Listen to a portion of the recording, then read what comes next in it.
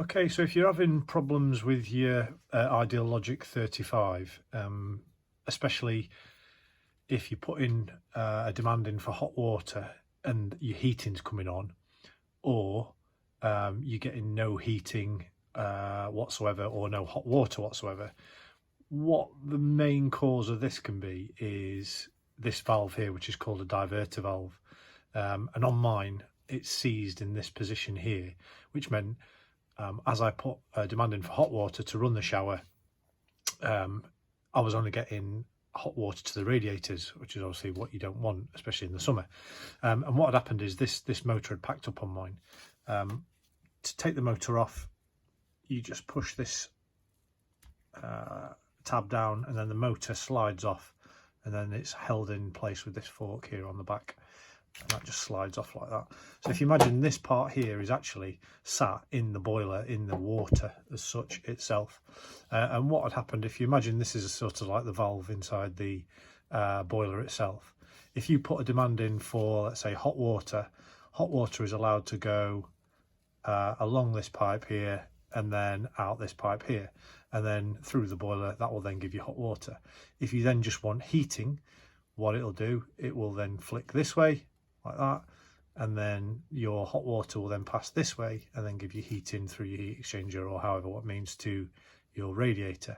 Now in my case, my valve had stuck in kind of like this position here, so I was getting tiny amount of hot water to my taps or to my shower, but the majority of the water was going this way, and then my radiators were coming on when I demanded that water.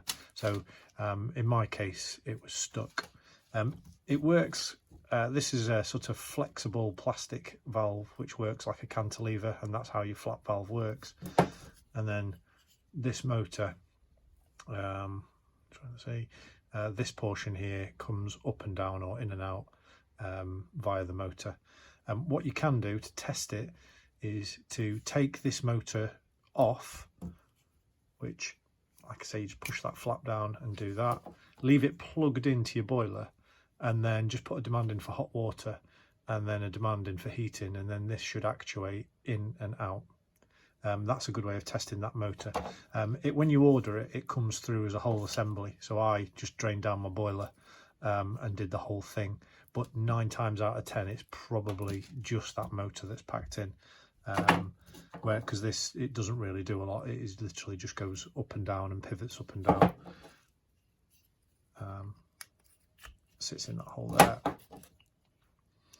and then that motor just slides in, puts the fork in there, and then this part here goes in and out, which again makes that flat valve go up and down. So hopefully you understand what's happening within your boiler. I think it's £48 for a replacement unit complete, this whole thing. And what I'll do next is I'll show you where it is on your boiler and how to swap out this motor.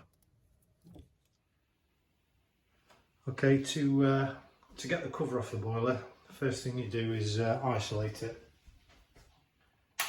and then there's 2 screws left and right just to get the cover off, and that'll give us access to the valve, so you don't have to take them out all the way, just a bit, and then pull it forward, 2 clips, pull it forward, and then lift it up, and then you can get the cover off.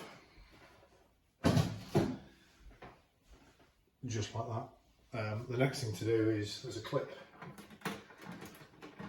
Just fold down the control panel, and then that will give you access to the boiler. Next thing you want to do is remove the condensate trap, and all you do is undo the rubber bung there, or just pull it down, give it a twist clockwise, and then pull it.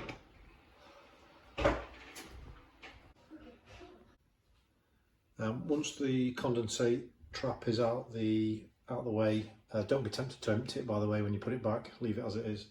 The motor I've just shown you is there, and then to remove it, as I said before, reach down the back there, press the lever, pull the motor out this way, and then you can test it by putting on your hot water, making sure that it goes up and down, or putting your heating on, make sure it goes up and down. So it's a pretty simple task just to remove that and swap the motor.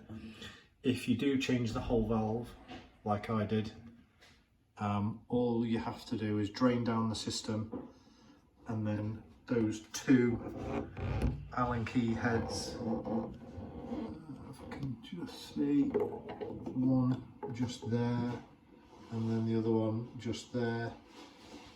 Once you've drained down, undo them, and then there you can pull the entire valve out. When you put it back, just put a bit of grease, silicone grease around the rubber, and then pop it back in. Just beware though, even though you've drained down your system, when you pull that out, you're still going to get quite a lot of water.